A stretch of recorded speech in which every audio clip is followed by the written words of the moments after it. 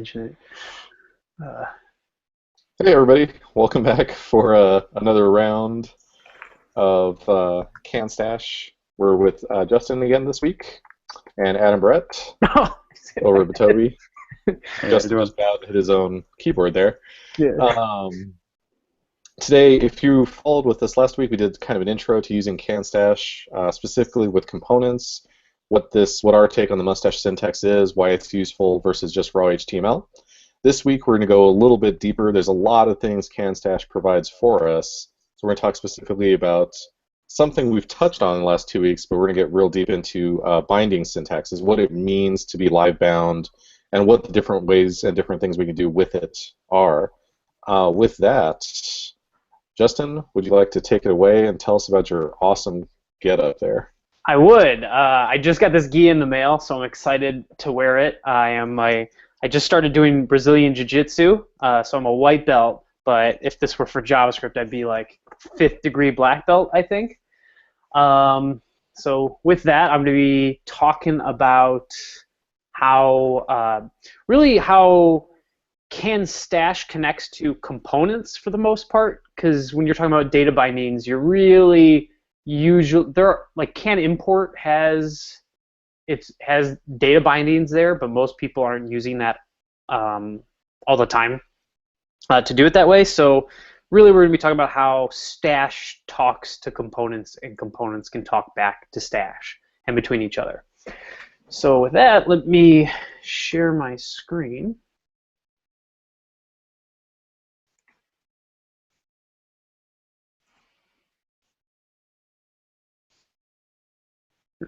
Is my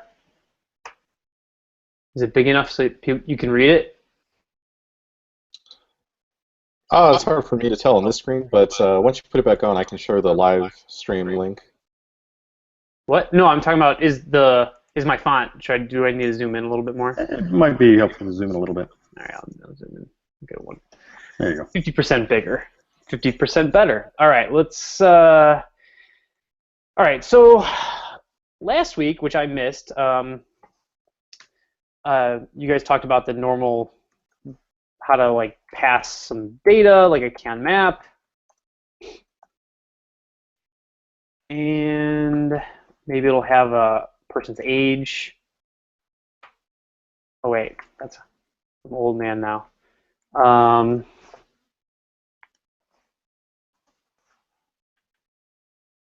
I'm going to pass person to this template that I'm rendering, and I'm going to put their age here. And I get 33. And you saw how if I were to change the person's age, that this will update. Let's say I want to make a, well, the first thing is let's say I wanted to connect the age in the scope, which is this person's age, to an input element and its value. So we've all seen input elements. We all know they have a value, which I could say is 33. I get the 33 here. Now let's say I wanted the value to be the same as age. Well, I could do that like this. But a lot of times you want is if I change 33 here to 32, this value is going to update. The normal double mustache or double curly brace magic tag, that's one-way binding. It basically goes from the scope, so the data in the template, into setting essentially DOM values, DOM attributes, text nodes, things like that. Sometimes you want data to come from the elements themselves, including custom elements, or just normal DOM elements into the scope. And to do that, you can use two-way binding. So two-way binding moves essentially the markup, the different markup from here to on the left-hand side. Now, there's kind of different pieces of markup on an attribute. So if I wanna say I want age to update the value of this input element's its actual value attribute, I can do it like this. This is the same thing as what we did originally.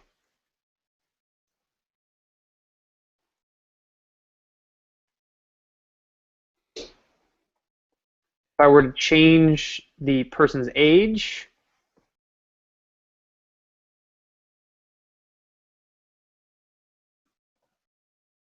everything updates here. So there's two pieces. There's a lot of different pieces of Markdown, and I'm going to kind of try to break them down quick, or not Markdown, markup or syntax that matter here. The first is single curly brace around an attribute.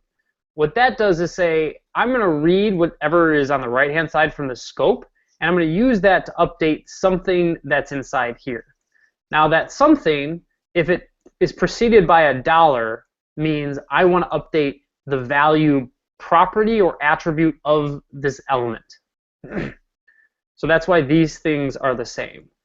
Now, if I also wrap that with curly braces, or sorry, parentheses, now this becomes two-way bound. And I'll explain the reason why it's curly braces in a moment. So now if I change the second value here to 34, everything else gets updated. But this is still one-way bound, so nothing happens here when I change that. It's only updates only happen when I change this value here. So this is how you two-way bind a property of an element to a value in the scope. Now, what's cool about this, if I had a video tag or something like that, which I don't have super handy ready, you could bind to like the, you could say I want to bind the duration or something like that of the video, or like where it is to some value in the scope, or like the what's it called, the current time. I think current time you could two-way bind so that if the person changes where the video is or pauses it, like the scope will be updated, but if then somebody updates the scope, the time will be updated. You can do things like that. Okay, so now there's another type of binding. So we talked about how, okay, this is one-way binding, then there's, maybe make some of this like a little bit easier to see here. So there's one way, and we'll say this is from the scope, parent is the scope, to the child value. So this is parent to child.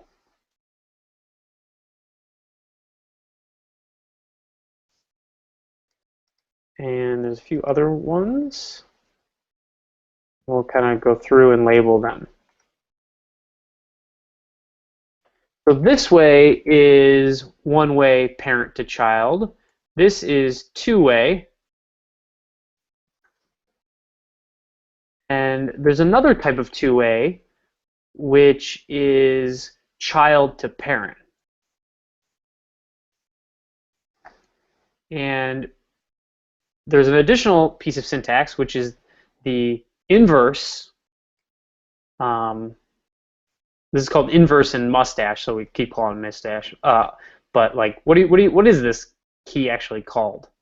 Like, I always just call it like the power, but Is that a caret? Caret, but yeah, probably caret. But Caret, I think in way. yeah, I think if you're an English major, I think it's a hat. Not sure though. I don't know. Okay, so what's going on here? Why? I don't know if these have values. What did I do wrong?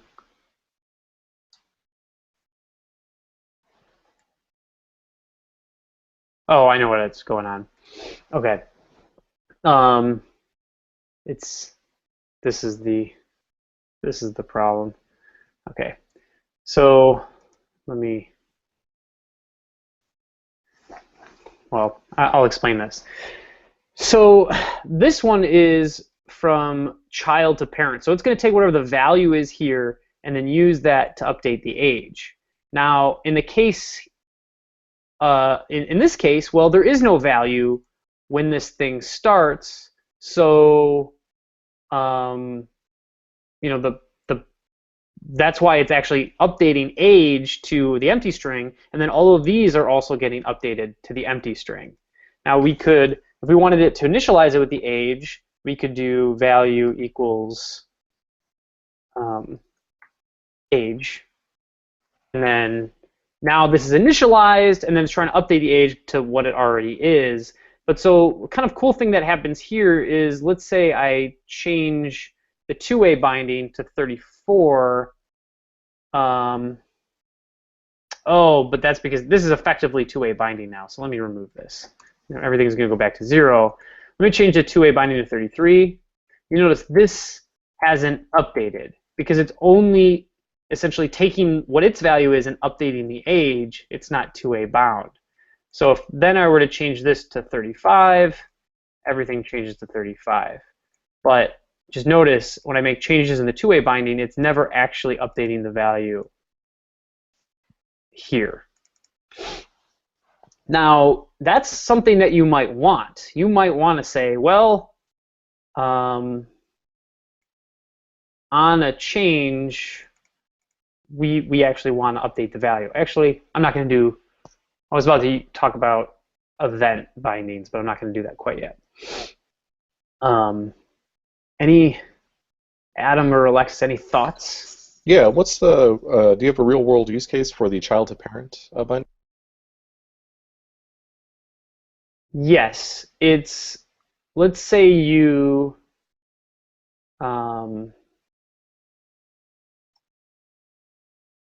definitely with components. In this case, if you had an input element and you wanted to kind of control when this would actually be updated, what the source of truth was. So let's say you had like a can. There's the backup plugin of can.js. Yep. Maybe you wanted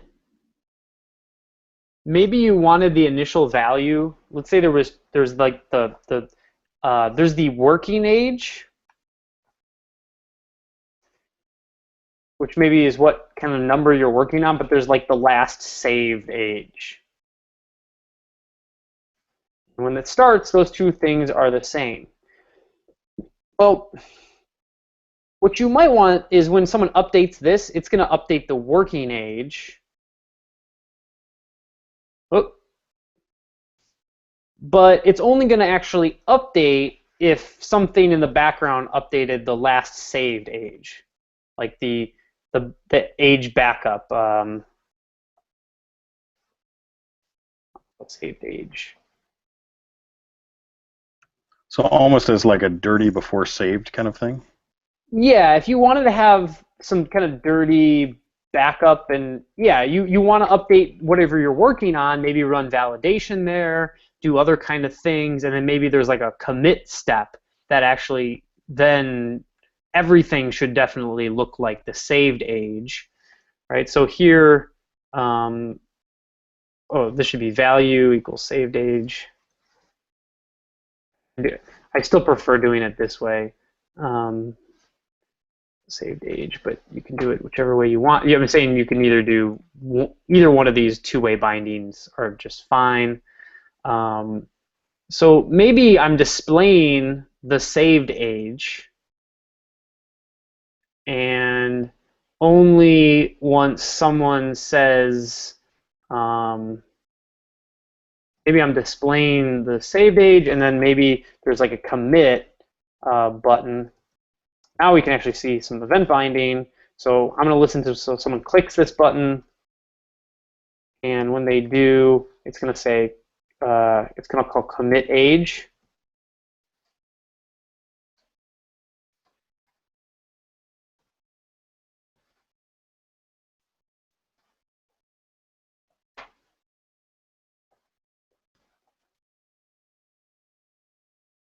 So I'll make a commit age method, which I can't, well, I'm going to just kind of hack it in. Normally I'd extend and make a person can map, but I'm not going to do that. I'm just going to do it this way. Here's my commit age, and what that's just going to do is say this.atter saved age.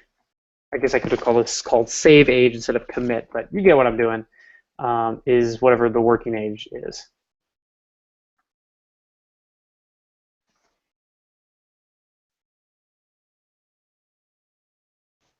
Make this smaller here.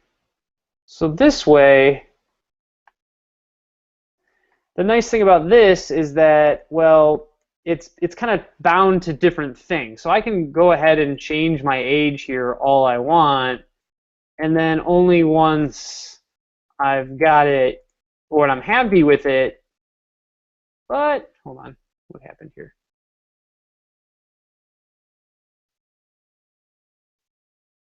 What did I do wrong? Saved age,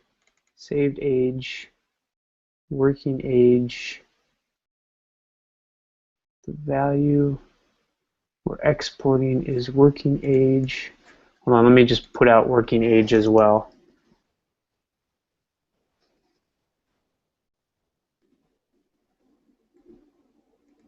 That's right. This event binding must not be right. Commit on button click commit age. All right, let's see if there's something I'm doing wrong here. And doesn't like age.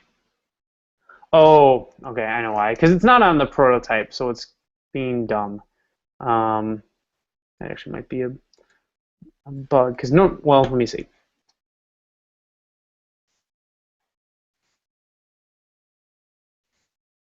Oh, there's no error.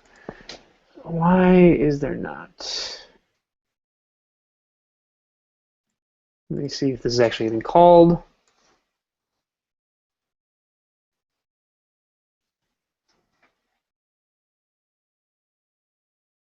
It is not.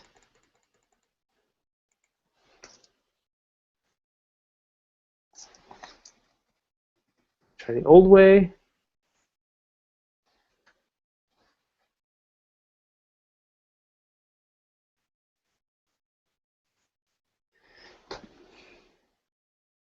Something weird is happening.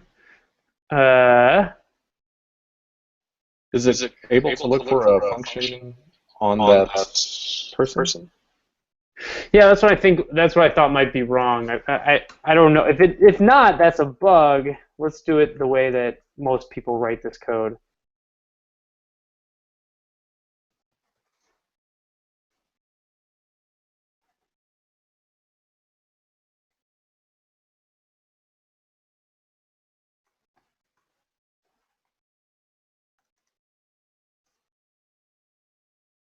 Come on. Oh, that's why you're not adding spaces.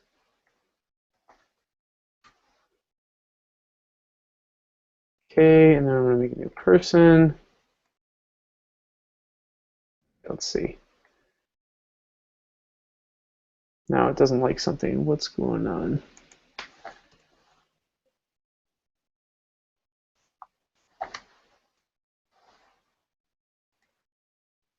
Oh, maybe that was it. Something to look at. All right. You should be able to tack on methods like that. I do know that there is some part that it does look for. I know can read specifically is doing some logic around Hmm. I wonder if I wonder if I had used the at symbol before, if that would have fixed it. But anyways, this should work now.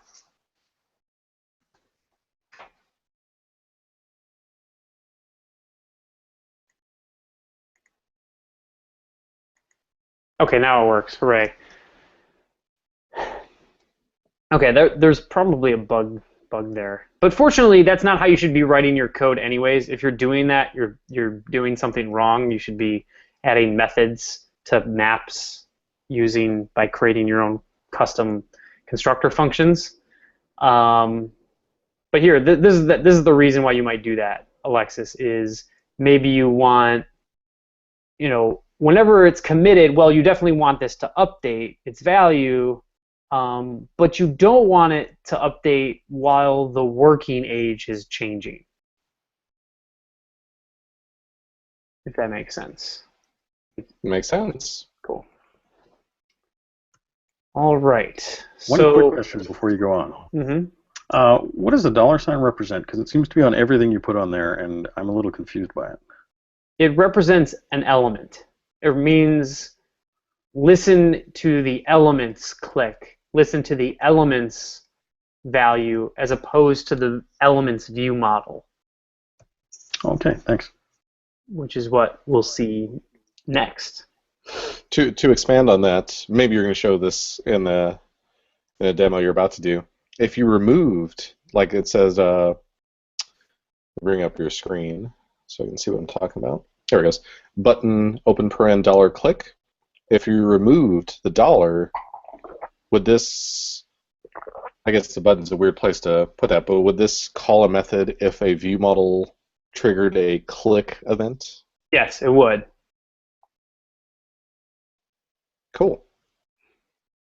So that's actually what we're going to see. So let's say I wanted to build my own custom input element, and I wanted it to kind of look like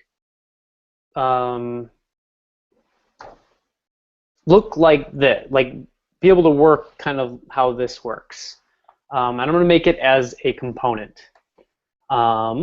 So what I'm going to do is define a can component called my input.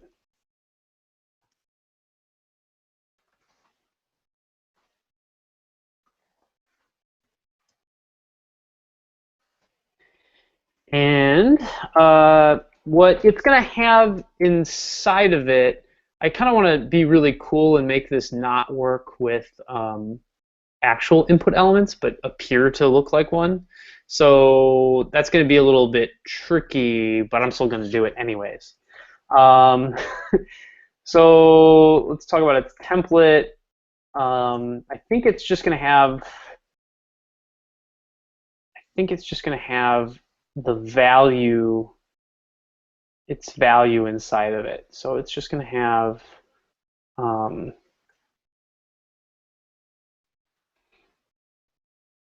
this needs to be can.stache.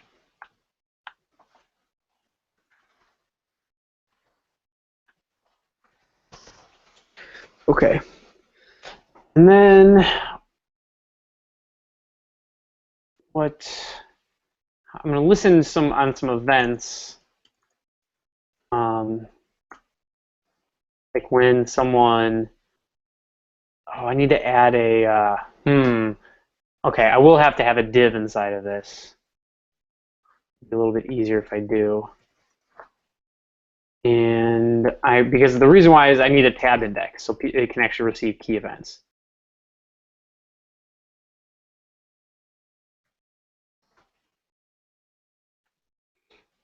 Okay. So let me make sure. I'm going to put this in my template. I'm going to get rid of all this other stuff for now.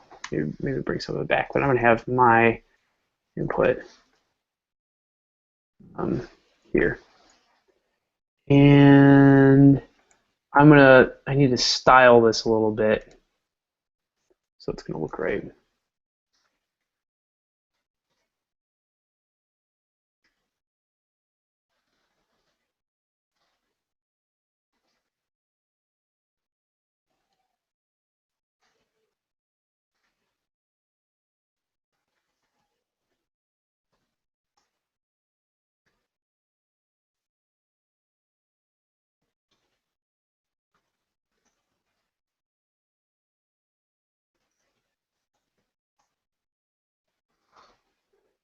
a little too high. Let's go 50. Okay, so here's my input, and what I should, why is tab, it is tab index, right, Alexis? It I'm not should, sure if it's tab or tab hyphen. it might be tab hyphen index. It should be focusable though if I do that. And for some reason it doesn't seem to be wanting to be focused. Like you don't know. I think maybe it's just Firefox that adds that. We'll see in a second. Actually, I can. You could make it content editable, or I don't know if that's too out there. Actually, I might make another script tag to do this, so it's a little bit easier for me to.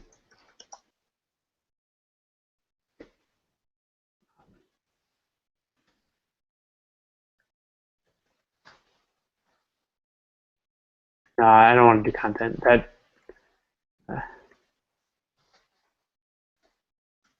I could, but I don't want to do. I don't want to use like bindings inside of bindings, because I would for content editable, I'd probably end up using two-way bindings. But let me get this going here.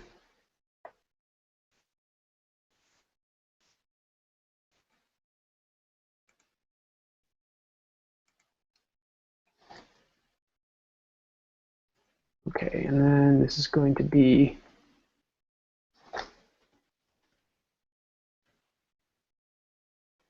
view, and it's going to be my input template. Okay. All right, so what I want is that when someone has a key press on this div, I'm going to add the value of whatever that key press was. For now, I'm just going to use the events object because it's just much more simple. I could do can events inside, like, or use the event bindings like we just showed in here, but it's just really not worth it. Is it not worth it? Maybe because that's what we're talking about is. So I will actually use that. So let me do that. So when someone does a key press, I'll just use key press for now. I want to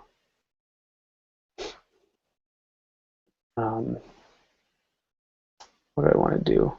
I want to call like update update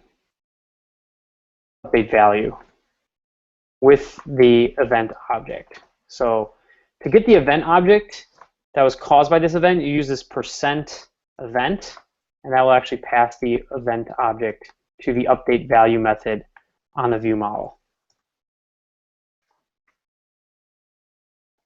And I'll need that because for now I'm just gonna I'll need to use it a second. For now, I just want to make sure that this actually is focusable and can get these kind of key events, which I'm starting to think isn't, but we'll see.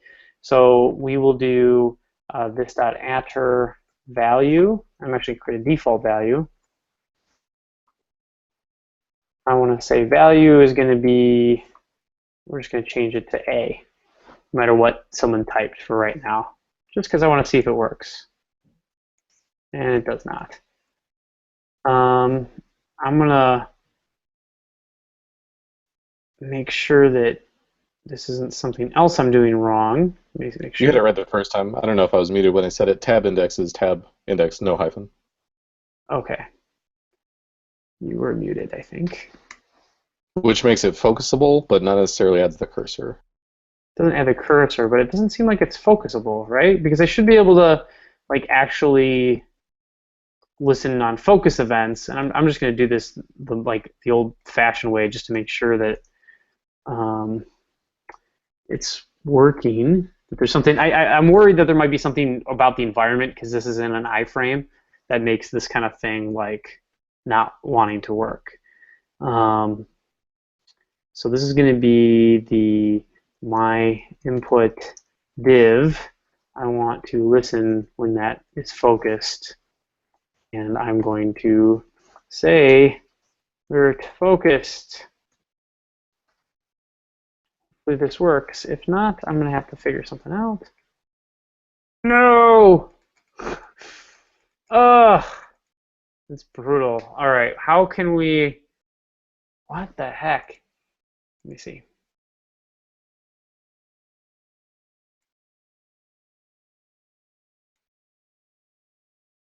Tab index. That looks right. Why doesn't it focus? What if there's just a normal div like that? Does it suddenly work?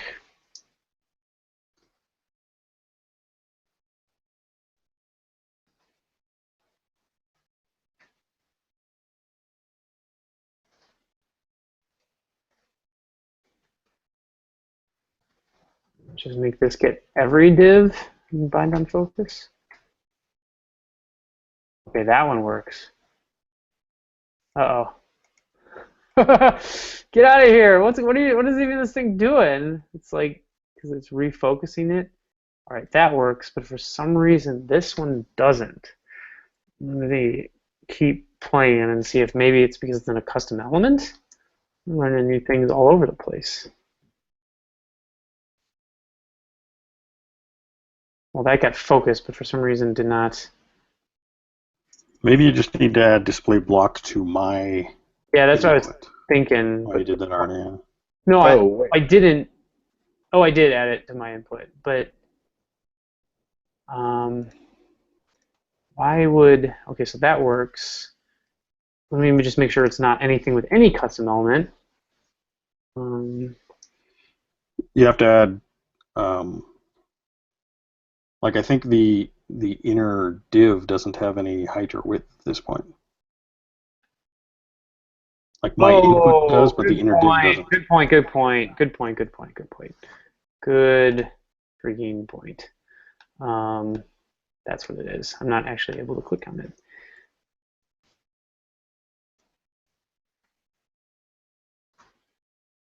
Okay. Oh. Yay! Good call, Adam. Huzzah! Yeah.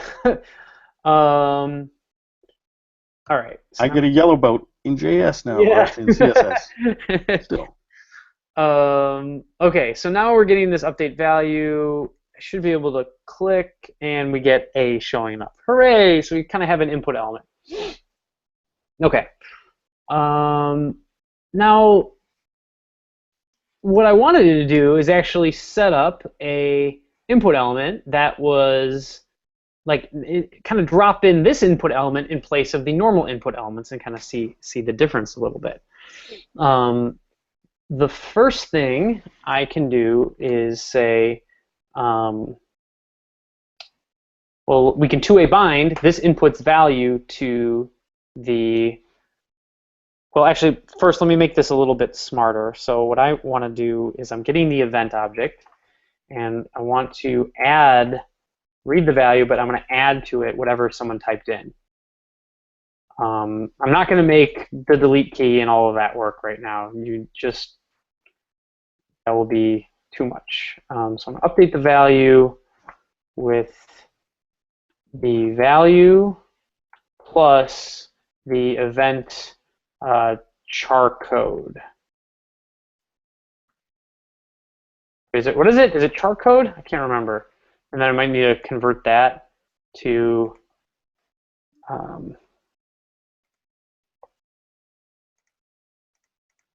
what is it? There's a string that from char code.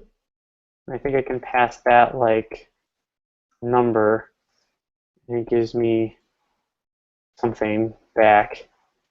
So I need that, and I think it's event.charcode for the actual char code for key press events. So I think if I do this, it will hopefully work. Let's see here. A, B, C, or I had to hit D. I can't type. Blah, blah, blah, blah, blah. Okay, so now we have something that actually works as an input element. We can't delete, we can't do anything, but it's kind of cool that we made our own halfway custom input element. And I mean, you could imagine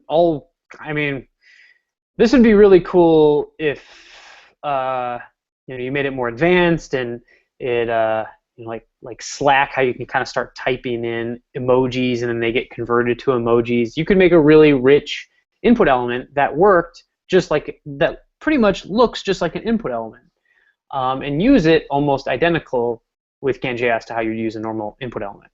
And that's what we're going to see now. So instead of maybe the person's, well, I can do age, but I'm going to actually change this to name now, just because it works a little bit better with the constraints of our input element. So I'll just do my name because I'm not creative. Or we'll do it in honor of Adam's good call. We'll do Adam. Okay, so what I want to do is I want to say, hey, my input here, well, I want to one-way bind its value to whatever working name is in the scope. Now, you can't do value equals this. Can't do that because, well, actually you should be able to do it, right? I think this is the reason why this isn't working is because of the fix that this will work in 2.3.3. This is just what I finished working on for 2.3.3 to make something like this work. As long as working name is a string, this should be able to work, and I think worked in older versions of can.js, but there was a regression. Instead, what you can do now, and should work, is I'm going to use the one-way binding syntax and say working name. Now we get Adam. And now I can add things to Adam by typing in here.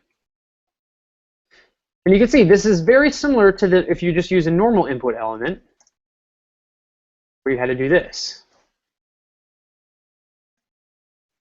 The difference is that the difference you'll notice is the dollar. Because custom elements, their store of data and what you kind of listen to and change is the view model. You don't use the dollar. And on normal input elements, you want to listen to the actual properties and events, you use the dollar. So cool thing is I could also two-way bind both of these in the same way, and then they can actually, updating one updates the other. So here I can type more in Adam, but down here, which lets me delete, I can actually delete it, but this listens for change events to update itself. Now, let's say I didn't want this to, I'm trying to think of a case where you would want, what I really want to show off now is listening to the view model events here and contrast that to listening to the change event or input element events here. Okay, I know what to do. Let's say here, I don't like that it happens on change, right? I want, maybe as I'm typing here, I want the actual working name to be updating. But the default behavior of two-way bindings on an input element like this is to listen to the change event, but we don't want that. So what I'm going to change it to is a one-way binding, and what I'm going to do is I'm going to listen for whenever the I'm going to listen for the input event. And anytime an input event happens, I want to change the working name to be what I want. And there's two ways you can do this. One way that is kind of tricky, and we're working on maybe even a more syntactic sugar way of doing this, is you can actually call the attr method and say I want to update the working name with the inputs value. And to get the inputs value, you can do, to get the input as a jQuery element, you could do this, and then you can write dot value. And this is not, I wouldn't say, the best way of doing this, but just kind of show you the power of expressions. Let me make sure this actually works before I talk about it. It does work. What this is doing is it's looking up on person, its attr method, and it's calling it with working name, and then it's calling it with the elements, this input element's value. So it's updating anytime on the input event, the working name. Does that make sense to you guys? Yep. Cool. Now this is, I don't know. This is one plan we have for future releases, is to make it so that if you actually called, like if you called working name,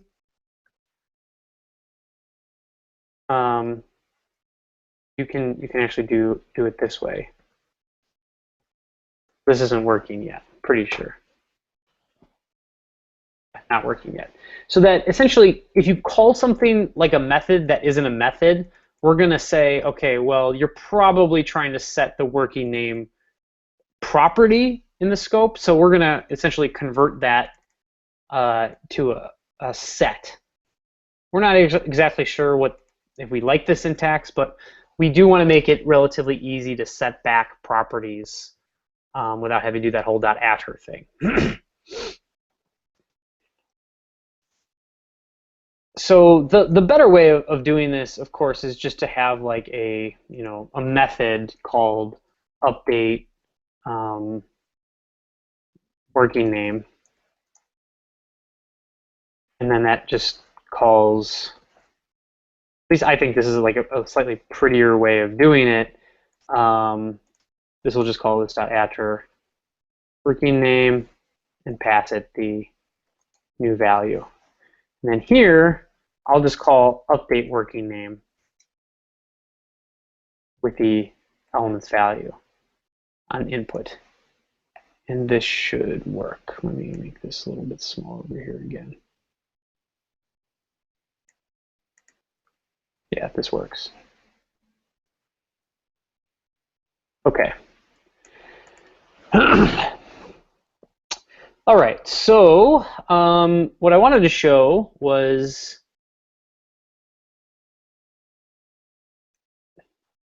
okay. Now here I can listen to you can see you can listen to events yourself and kind of change the nature of how this effectively two-way binding works, right? You can do similar things here. If I wanted to only update, let's say, working name after maybe 3 characters have been added or something like that.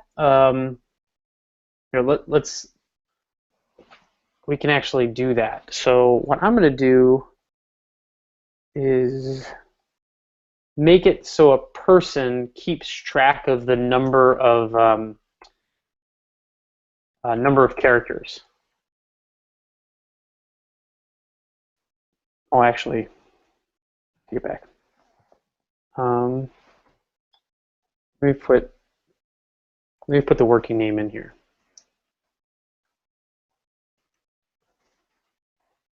What I'm going to do is just say only once the person's name has a space do we want to actually update the working name value given these inputs here. So working name is just going to check if the value has a space in it, then we're only going to actually allow updates to working name.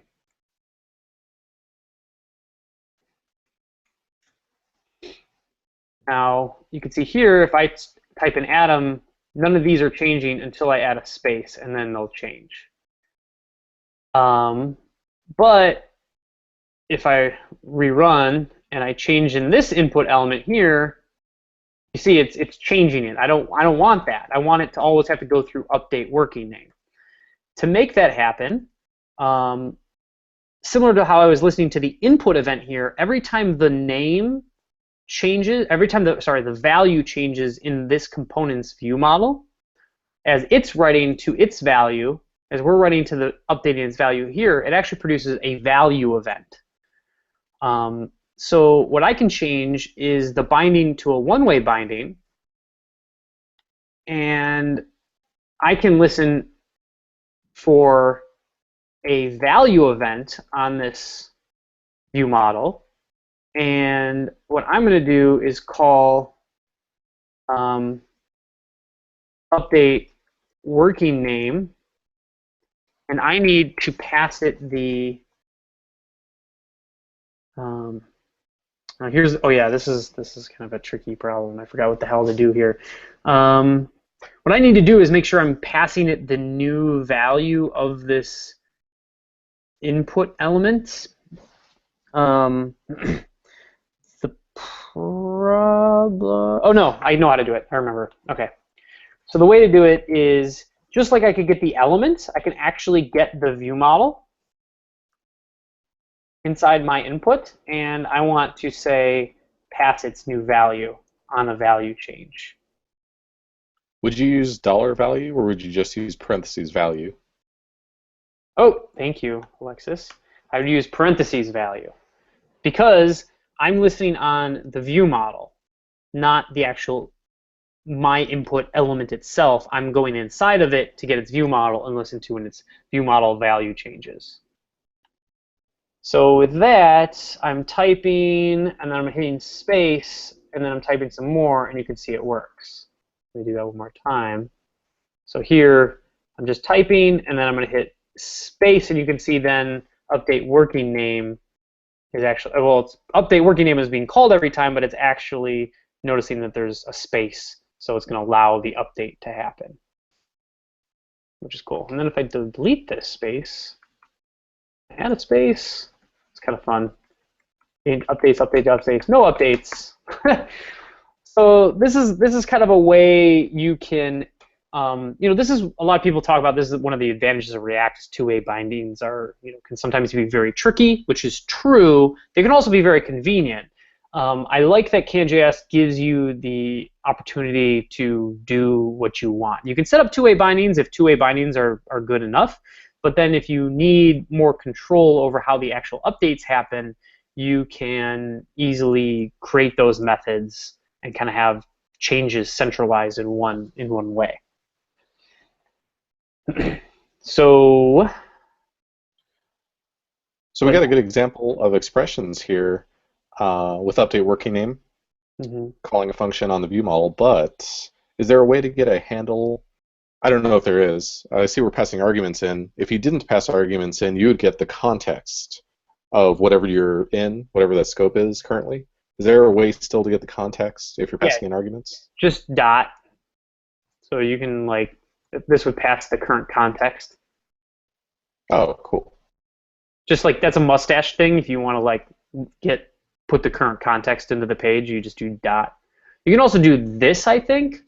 I'm not exactly sure, but dot is the way that people usually should write it. There's actually if you go to can.js's docs, the available keys are documented.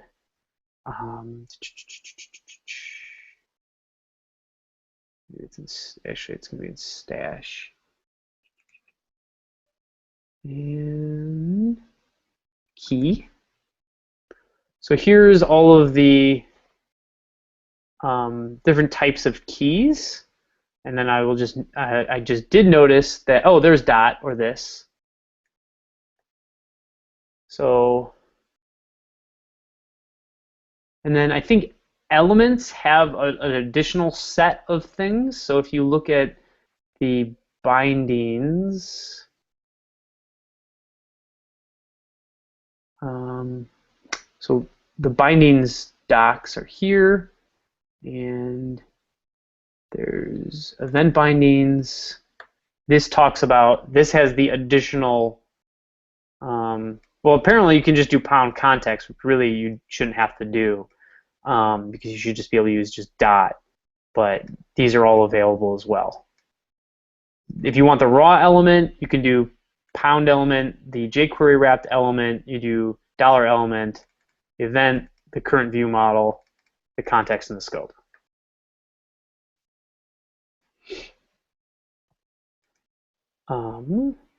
So expressions like these are super useful.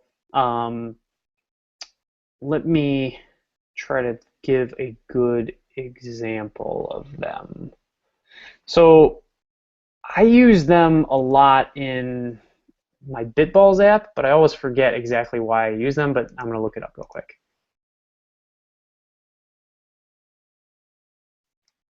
It was basically like I had a list. Oh, I remember.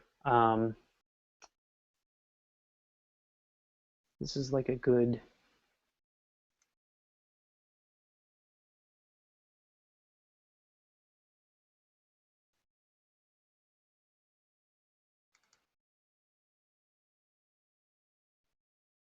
Okay, this is a good example of it. Although this is using the old expressions, but the new ones, I need to update the latest can.js my app.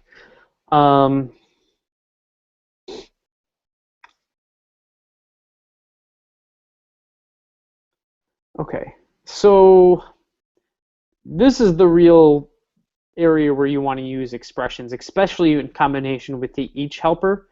I'm trying to think, like, let me find my stats for player ID method.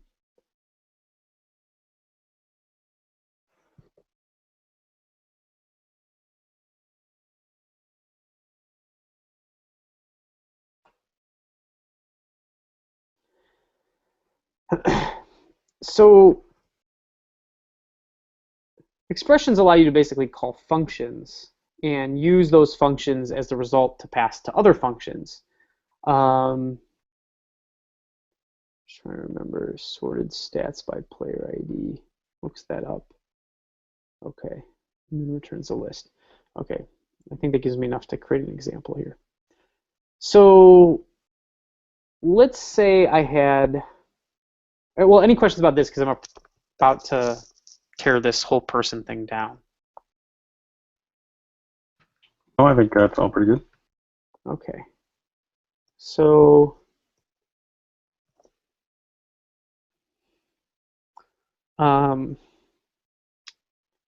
let's say I should be able to get rid of all of this. Oh, I want a person though. And I won't need this anymore. Back to basics. Okay. So let's say I'm trying to think of the best data structure to really show this off.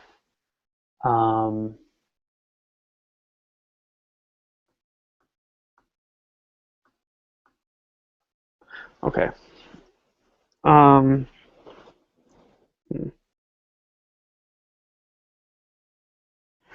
Damn it! I can't. This is hard. This is hard for. Okay, so this is hard for me to think of a non, like a trivial use case for this, because the use case is like I came upon it a bunch of times in this app, but every time everything that I'm thinking of there would be a better, easier way of doing it.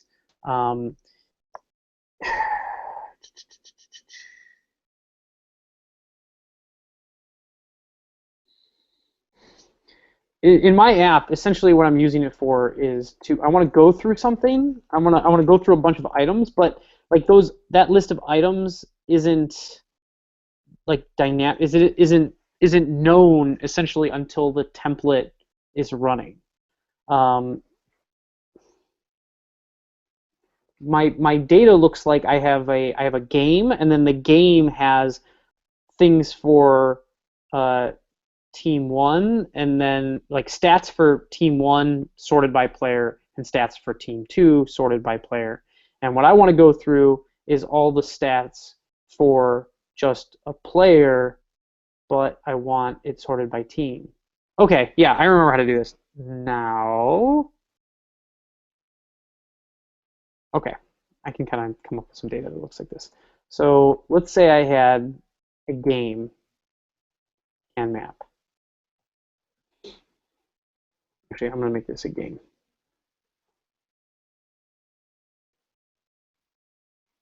We'll come back to this in a second. So I had a game, and what it's going to have are teams. Let's say there's an array here. It's red and blue. And what I want to go through in my game, I want to go through my teams in my game, and for each team, I want to write out its name. I'm going to go through each team, and I'm going to write out its name, which would be dot. I'll run this. This should show something. What am I missing here? Game, each teams.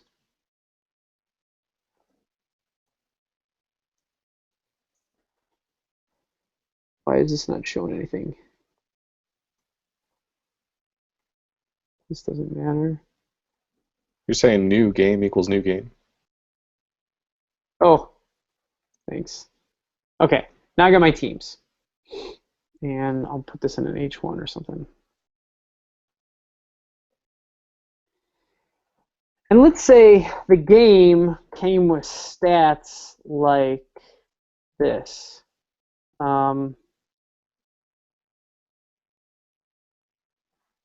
It was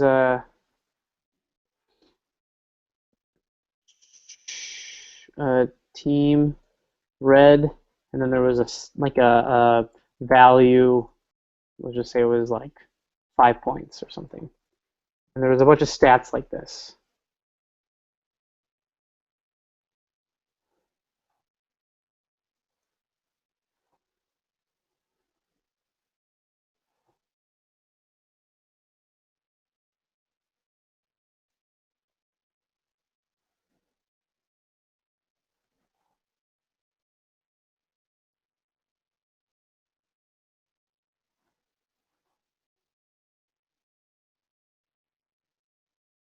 Okay. I have a bunch of stats sort kind of organized but for the whole game based upon the teams. And what I want is to just, for the given team here, list the stats for it. I could create in my game here a stats for team method that would read the stats, look for each stats, and it's going to filter them by which team name was passed in here.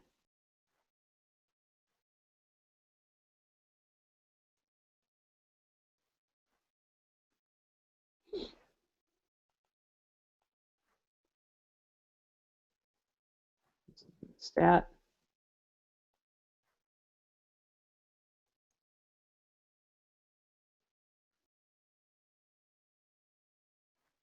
Right, team name. I'm going to keep them all where all the team names equals the stat team. I'm going to return these. Okay.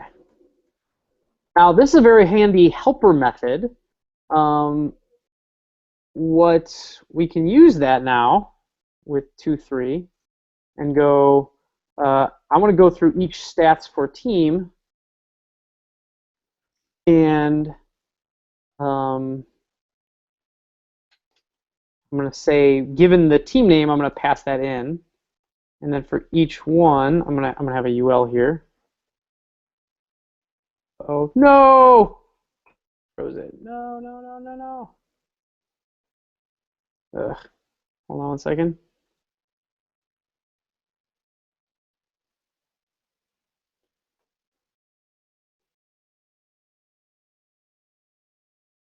Whoops. Let's restart it. Okay. So I got my UL, and I'm going to go through each one, each stat, and write out its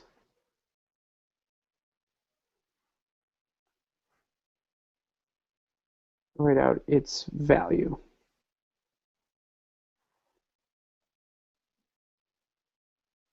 What the heck? Oh, there. Okay.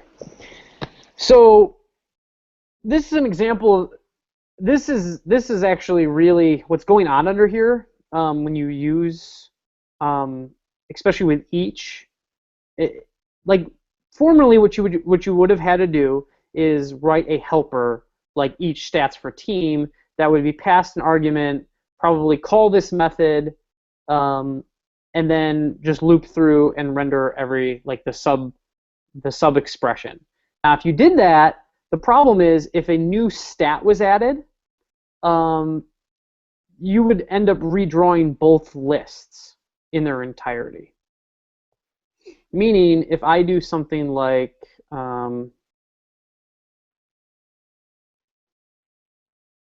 if someone were to do something like game.after stats.push, and I made a new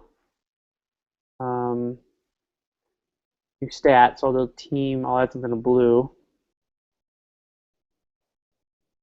I'll say blue is now got a value of 50 points.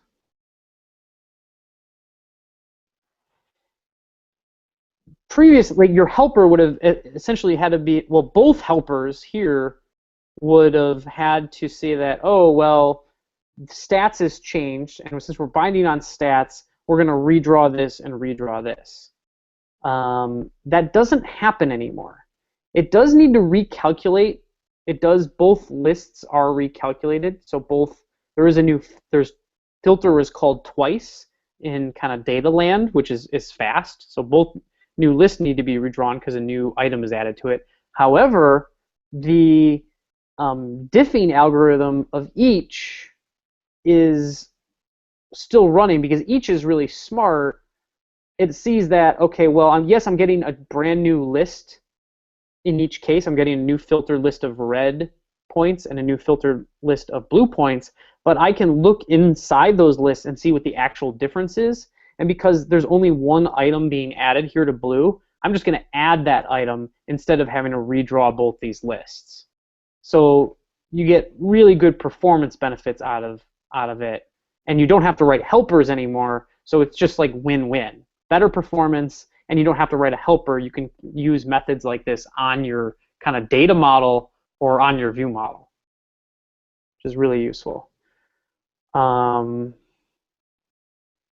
Yeah, there's something else I wanted to say about it, but I forgot. So this is these are expressions. I've really learned to love them.